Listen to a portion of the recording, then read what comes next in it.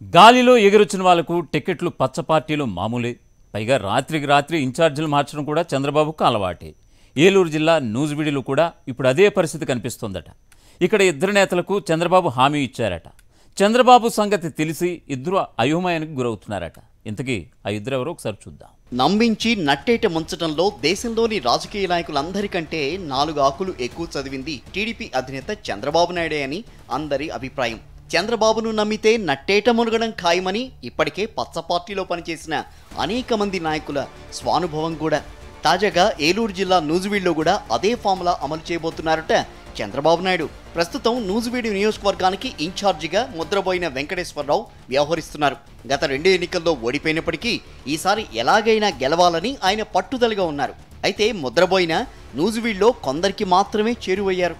కమ్మ సామాజిక వర్గ నేతలు ఆయన్ని ఇంకా గుర్తించడం లేదుట.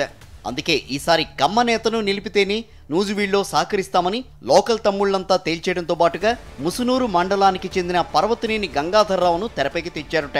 గంగాధర్ నూజివీడులో ఎంట్రీ ఇవ్వడంతోనే ఫంక్షన్లు, ప్రారంభోత్సవాలు అంటూ గ్రామాలన్నీ తిరిగేస్తున్నారు.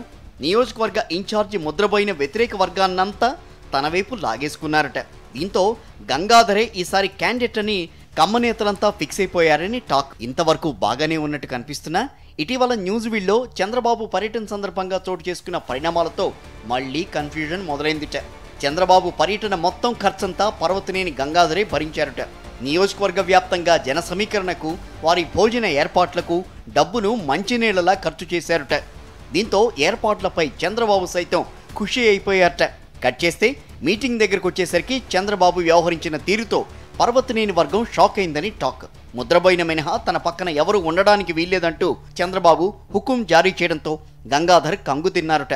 చంద్రబాబు అలా అనేసరికి ముద్రబోయిన కూడా హ్యాపీగా ఫీల్ అయి ఇక టికెట్ తనకే అనే క్లారిటీకి వచ్చేశారట. ఇదిలా ఉంటే అధినేత పర్యటనకు ఖర్చంతా భరిస్తే తనను పక్కనకు కూడా రానివ్వకపోవడంపై గంగాధర్ అసంతృప్తితో రగిలిపోయారట.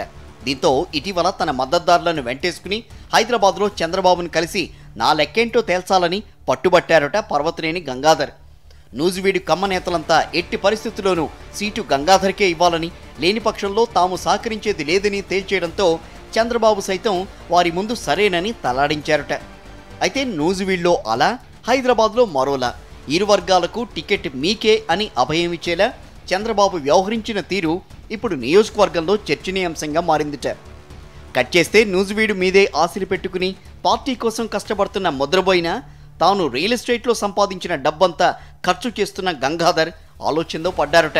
2009లో రాత్రికి రాత్రే చిన్నం రామకోటయ్య నూజివీడు ఇన్ఛార్జిగా బాధ్యతలు చేపట్టి టికెట్ ఖరారు చేయించుకున్నారు. ఇప్పుడు కూడా తమకు 2009లో ఎదురైన పరిస్థితులు వస్తే ఏం చేయాలి అంటూ అటు ముద్రబోయిన ఇటు పర్వతనేనికి టెన్షన్ మొదలైందిట. చిన్నబాబును, చంద్రబాబును నమ్ముకున్నందుకు తమను నట్టేట ముంచరు కదా అని తమ అనుచరుల వద్ద బాధపడుతున్నారట ఈ నాయకులిద్దరూ. మరి చంద్రబాబు ఏం చేస్తారో చూడాలి.